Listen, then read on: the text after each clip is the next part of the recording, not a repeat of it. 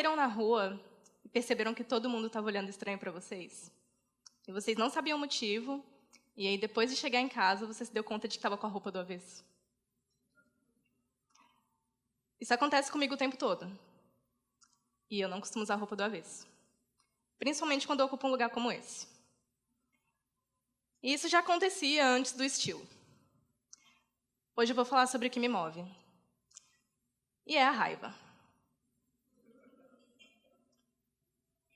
Sempre que eu penso em Jaraguá do Sul, eu tento alistar os aspectos negativos da cidade primeiro. E todo mundo sabe a fama positiva que a cidade tem. E, geralmente, as pessoas buscam a confirmação dessa fama na minha fala.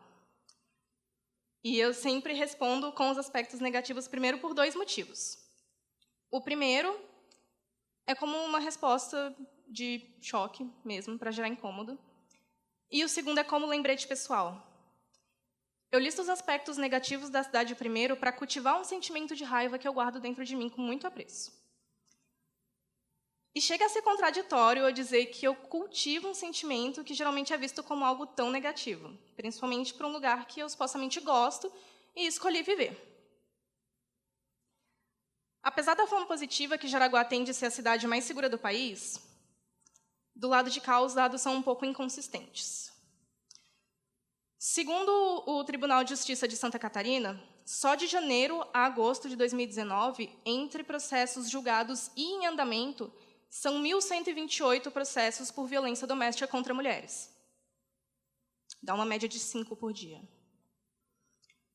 Além disso, segundo o Atlas da Violência de 2019, o assassinato de pessoas negras no estado de Santa Catarina aumentou em 187%, e o de mulheres em 55%. No Anuário da Violência, o estado também aparece como o 5º maior no ranking de estupros do país.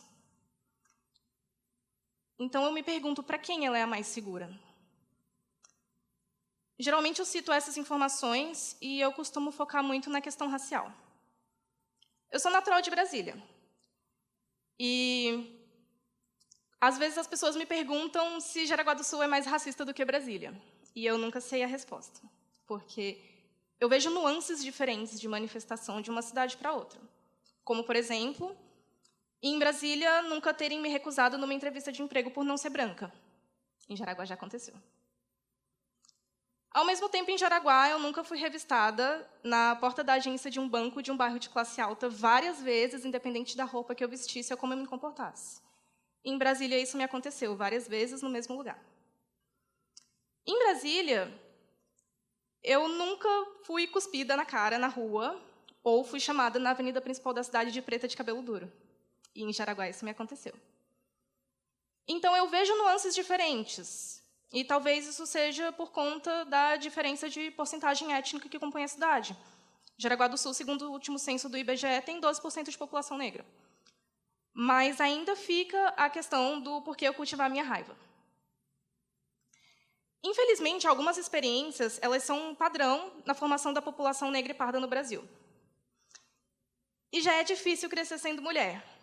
A gente tem que lidar com a hipersexualização de meninas, com o desmerecimento intelectual. E eu me lembro de ter sido assediada na rua quando eu tinha 11 anos de idade, por homens estranhos. Só que tem algumas outras questões em jogo quando se é negra, como a questão da solidão da mulher negra. O preterimento em amizades, em relações afetivas de forma geral, em relações românticas. E a gente geralmente não tem consciência do quanto isso afeta a nossa formação como seres sociais. Quando eu era mais nova, eu não tinha amigos na escola. E eu não sabia o motivo. Eu sabia o que as outras pessoas me diziam. Algumas pessoas me diziam que eu era feia, ou que eu era estranha, mas eu não entendia exatamente o porquê disso. Felizmente, quando se tem o privilégio do acesso à educação e à informação, a partir de um certo momento da vida, geralmente no início da fase adulta, a gente começa a tomar consciência dessas questões e do que define esses adjetivos. E muitas vezes a gente não se dá conta que, por se formar nesse contexto, a gente acaba sucumbindo a situações de abuso de outras pessoas sem saber que merece algo melhor. Quando eu percebi que esse padrão de comportamento fazia parte de um padrão, que era um padrão que a população negra passa, começou a me surgir um sentimento de raiva. E foi quando eu percebi que o pânico social que eu sentia e todas as questões de insegurança e solidão, elas tinham um motivo. E isso gera muita raiva. Essa raiva ela vai sendo alimentada de uma forma bem latente. E, às vezes, é muito difícil de lidar, porque parece algo enlouquecedor.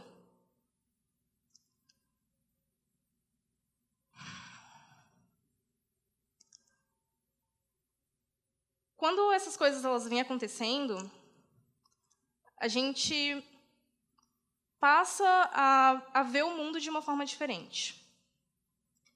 A recorrência dessas ações ela vai acontecendo de forma que ela vai ficando cada vez mais dolorosa, e a gente percebe que é esperado que a gente atenda não só a um padrão de comportamento associado à feminilidade e fragilidade, como também a um padrão de subordinação que se espera.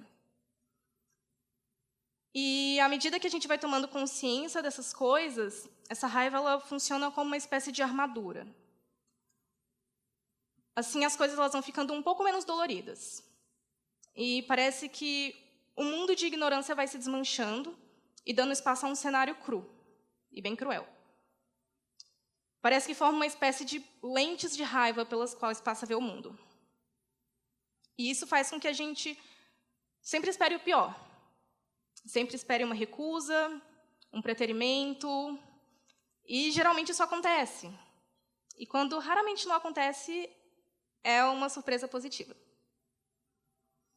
E, de fato, segundo um pesquisador de bases neurais do Medical Research Council Cognition and Brain Science Unit em Cambridge, na Inglaterra, a raiva funciona como um mecanismo de defesa que o cérebro aciona diante de um suposto perigo.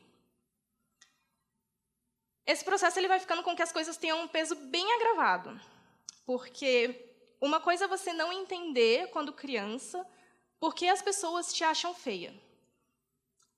E outra coisa é você, depois de adulta, passar a compreender esses processos e ouvir, por exemplo, de um homem branco que é melhor ninguém saber que a gente ficou.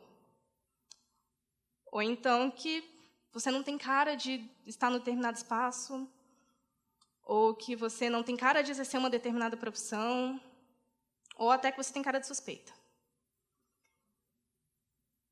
A gente não percebe o quanto essas coisas elas nos influenciam quando a gente escolhe consciente ou inconscientemente a quem a gente se afeiçoa ou por quem se empatiza.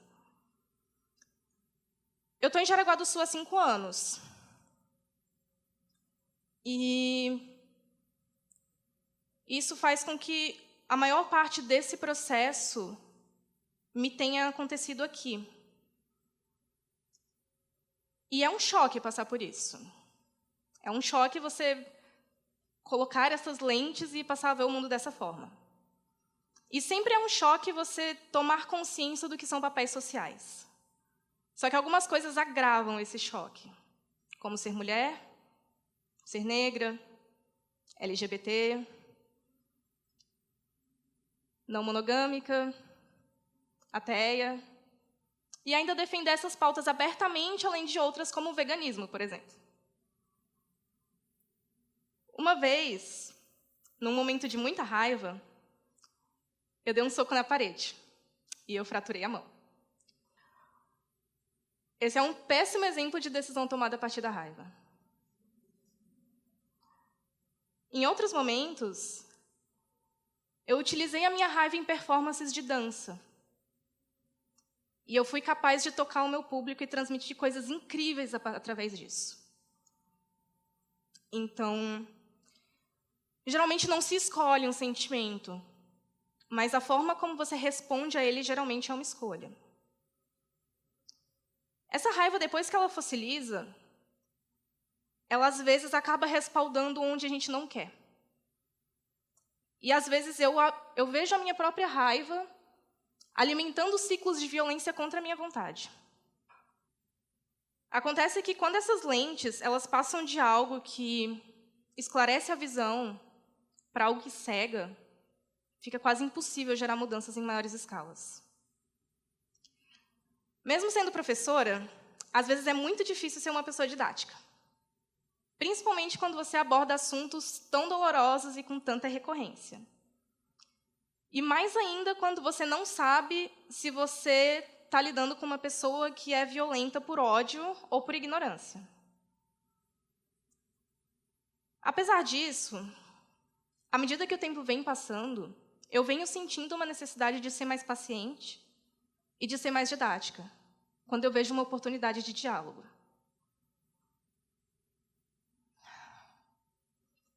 Eu poderia passar vários dias aqui relatando histórias pessoais, e dados e estatísticas enfurecedoras, mas eu quero pular essa parte hoje e eu quero falar sobre como eu administro as minhas lentes de raiva à medida que elas enrijecem ou amolecem de acordo com cada situação.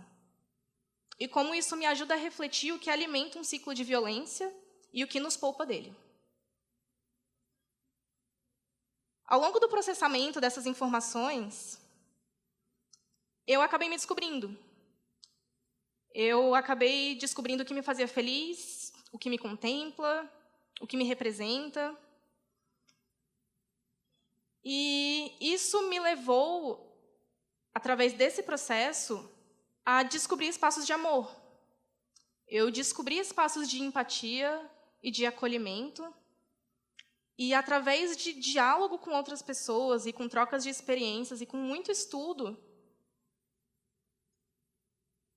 eu vi que havia uma forma de lidar com isso. E essa forma era diálogo. Através da minha raiva da misoginia, dos assédios, dos abusos sexuais, físicos, psicológicos, eu me aproximei do feminismo. E eu descobri que a minha história se repetia com muitas outras mulheres. E eu encontrei grupos, eu encontrei estudos, eu me aproximei de estudos sobre direitos femininos, sobre questões sociais, sobre desigualdades. Através da minha raiva do racismo, eu fui obrigada a me ver como alguém fora de um ideal. E isso fez com que eu buscasse exemplos mais parecidos comigo e com que eu percebesse a frequência que as situações que eu vivia acontecem com outras pessoas. E eu percebi que eu poderia abraçar muitas coisas que me agradavam, porque, independente de como eu mudasse, eu continuaria sendo olhada como se eu estivesse com a roupa do avesso. Esses processos todos eles me trouxeram mudanças muito positivas, tanto internas quanto externas. E nos meus estudos, a partir da minha raiva do racismo, eu estudei história, desigualdades sociais e étnicas no Brasil, emancipação negra. E o acesso a esses materiais me permitiu colocar essas discussões em pauta, tanto nas minhas relações pessoais quanto nas minhas aulas. Ao longo desse processo de autoconhecimento, eu me vi também não só obrigada a questionar o que acontecia à minha volta, mas também a mim mesma. E eu vi uma necessidade de reavaliar as minhas crenças, as minhas práticas, os meus consumos, e como as minhas ações e escolhas impactam tanto a mim quanto o que me cerca. Isso me aproximou de outras causas. Me aproximou do veganismo, que abraça questões econômicas, éticas, ambientais.